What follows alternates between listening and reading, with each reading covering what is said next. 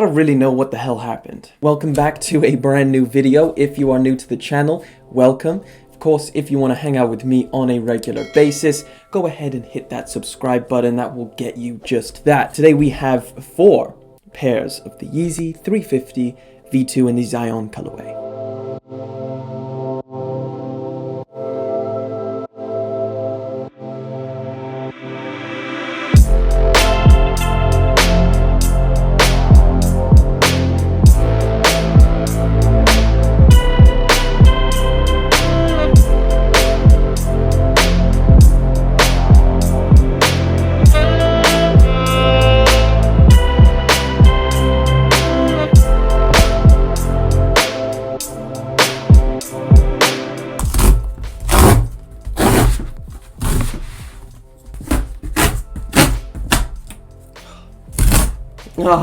Yeah, this was a crazy release. So if any of you watched my how to cop video, I mentioned that there was a lot of stock, all right? It was rumored about 400,000 to 500,000 pairs. However, when it came to release day, the general consensus was that it was a pretty hard sneaker to get. A lot of people seemed to have struggled picking it up. So what I said was, look, if you're really trying to go after this sneaker, enter as many raffles as possible. Also mentioned that the risk of entering that many raffles will be that you get multiple pairs. And obviously, that's exactly what happened to me. So I hit on 4 raffles, and of course, now I have 4 pairs. So yeah, I mean, I'm really confused whether this was super easy to get and a lot of people got multiples, or a lot of people got the pair that they wanted, and then other people said that it was tough. So let me know down in the comment section, was this tough to get or was it relatively easy? I'm not going to do the whole review like this because it's a little bit ridiculous. Alright, so the Yeezy 350 V2 in the Zyon colorway. This is really awesome to get this pair in hand. So the original release date was back in June, of course, because of everything that's going on right now. I'm sure all of you are well aware. This was pushed back to this month in July. So these officially released on July the 18th, and of course retail for $220 or £180. Now, as far as a Yeezy 350 goes, it's pretty much the exact same thing that you can expect. However, this has a completely different look to it, and I think that's because of how they changed up the color and some of the stitching elements on this sneaker. Now, when I first saw the leaked images or the first images of this sneaker, I thought they had put a brand new knit pattern.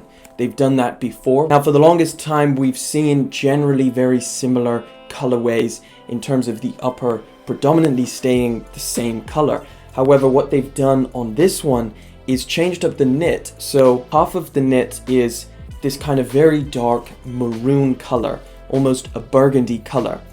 And the other half is this kind of lighter, more tanned color. Now, as for that translucent stripe, it almost looks black. It's very dark. It kind of looks black. However, if you can really look closely or look at it in the sun, it definitely is that same maroon color, just a lot darker. You also get a different color, which is, I'd say, almost a green color, but again, the Yeezy color palette it's so different, it's really hard to describe. So the best way I can say is this kind of looks a little bit green, almost like a darker, more grayish with a little bit of green.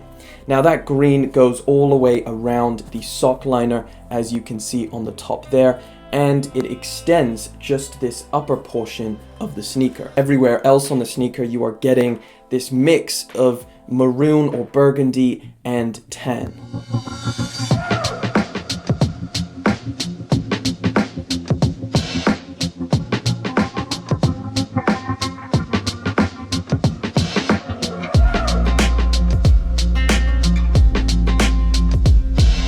Another thing they've changed up on this Zyon colorway is the center stitching, moving from the toe box all the way up to the top of the tongue. This is kind of a signature to Yeezy sneakers. We've seen this pretty much for every Yeezy 350, even all the way back to the V1. However, this stitching has changed it up completely. Now we've seen different implementations of this stitching. It normally comes in that kind of cross pattern, which almost looks like an inverted stitching. And then we saw kind of a seamless version where they kind of stitched the two bits of prime knit together and it looked very seamless. We saw that on the Desert Sage. The center stitching comes in black and of course extends down to the back of the sneaker. Now as for the sock liner and around the back of the sneaker, you're getting this kind of sail or tanned looking color. The insole of the sneaker, very sail, off-white, kind of tanned looking color.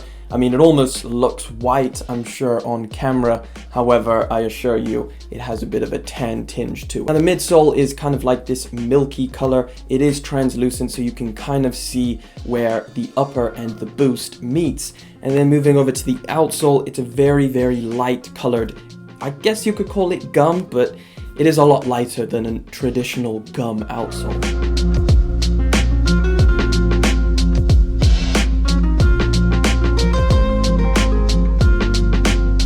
Of course, on that outsole, you still get that exposed boost in the traditional formation, as well as the little smaller square bits at the top. And of course, if this happened to be the first Yeezy you got or are going to get, it does fit a little bit snug, so I would recommend going a half size up. That's what a lot of people recommend, and I kind of tend to agree. However, I have owned Yeezys at my true to size, and I kind of don't mind a little bit more of a snug fit.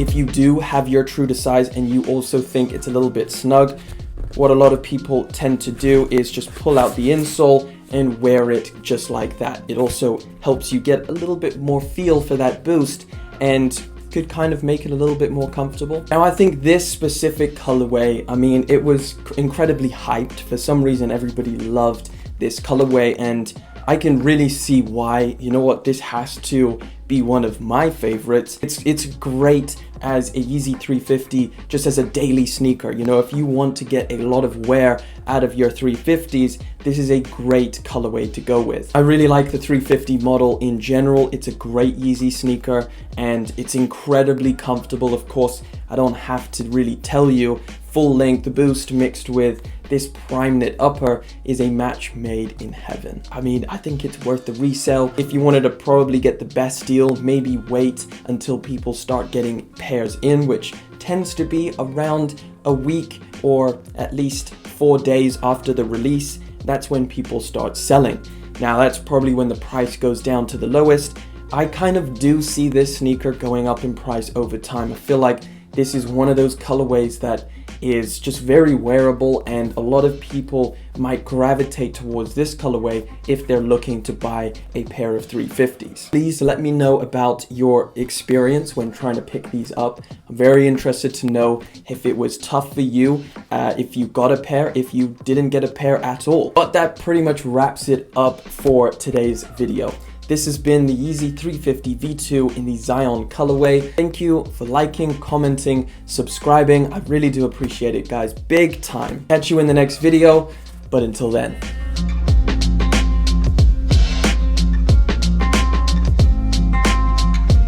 So this is the end of the video, and normally in most of my reviews, if you don't know, there's a little clip at the end. This week, I have a crazy sneaker coming through that I know you're gonna love. I'm not gonna spoil it, but let me just tell you, this sneaker is a brand new car.